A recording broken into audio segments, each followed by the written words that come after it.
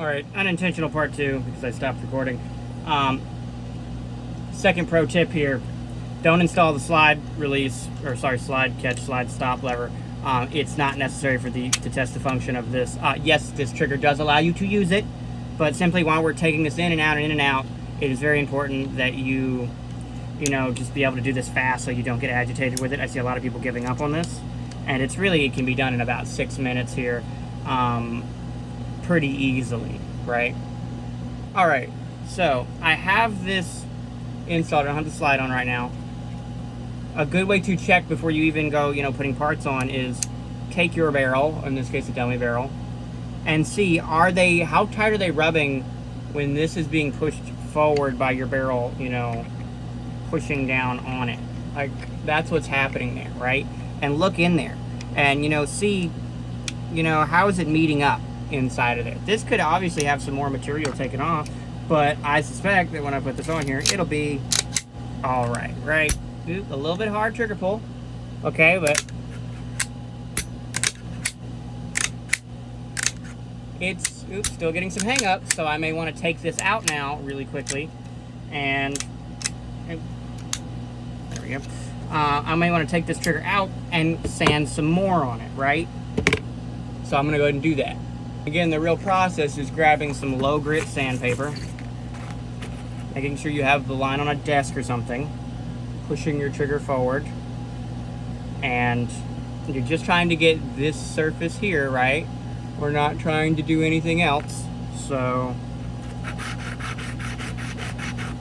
and then going left to right on the edge of a table.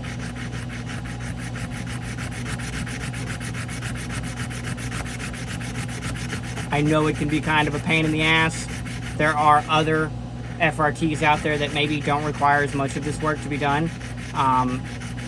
However, I happen to like this one the most, and I like it because it is based on the fat lip.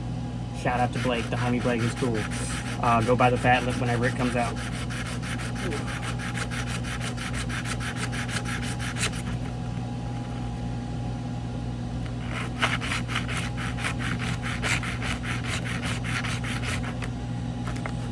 Yeah, I'm going to keep doing this off camera and then I'll come back. Alright, I have taken quite a bit off here, and I even rounded the top a little bit just to take some off at the top, because I didn't like how hard my trigger pull was. I felt like it was a little bit harder than it should be, like it was adding weight, and what's causing that is simple. Like I said, normally there's no interaction with your barrel, but once you start pulling that trigger, it causes some interaction there. You don't want any interaction with the barrel. You want it to run just past it like that. Like that, until the barrel tilts down, right? If the barrel's not tilted down, you don't want any interaction there. So yeah, I'm gonna go ahead and install this and we'll test it. Okay, guys, I have it installed. The trigger pull is as light as it would normally be. I'm hitting, the wall, and it's breaking, and that's because I no longer feel any interaction with the barrel when it's tilted forward and up, right?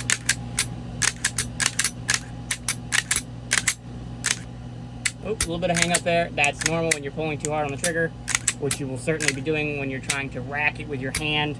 And another thing that you guys should be mindful of is not outrunning the slide, right? So normally this slide is going to cycle much faster than even your amazingly fast trigger finger can pull, right?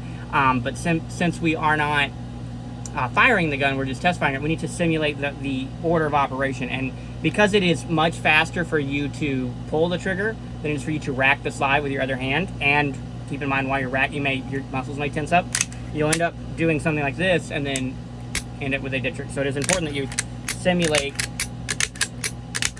the operation that's happening. This is a good trigger at this point. It's been hand fitted, and so what I would do next is take the slide off, install my slide release to make sure that's not rubbing or anything weird, and then this would be ready to go. Yeah, I hope you guys enjoyed.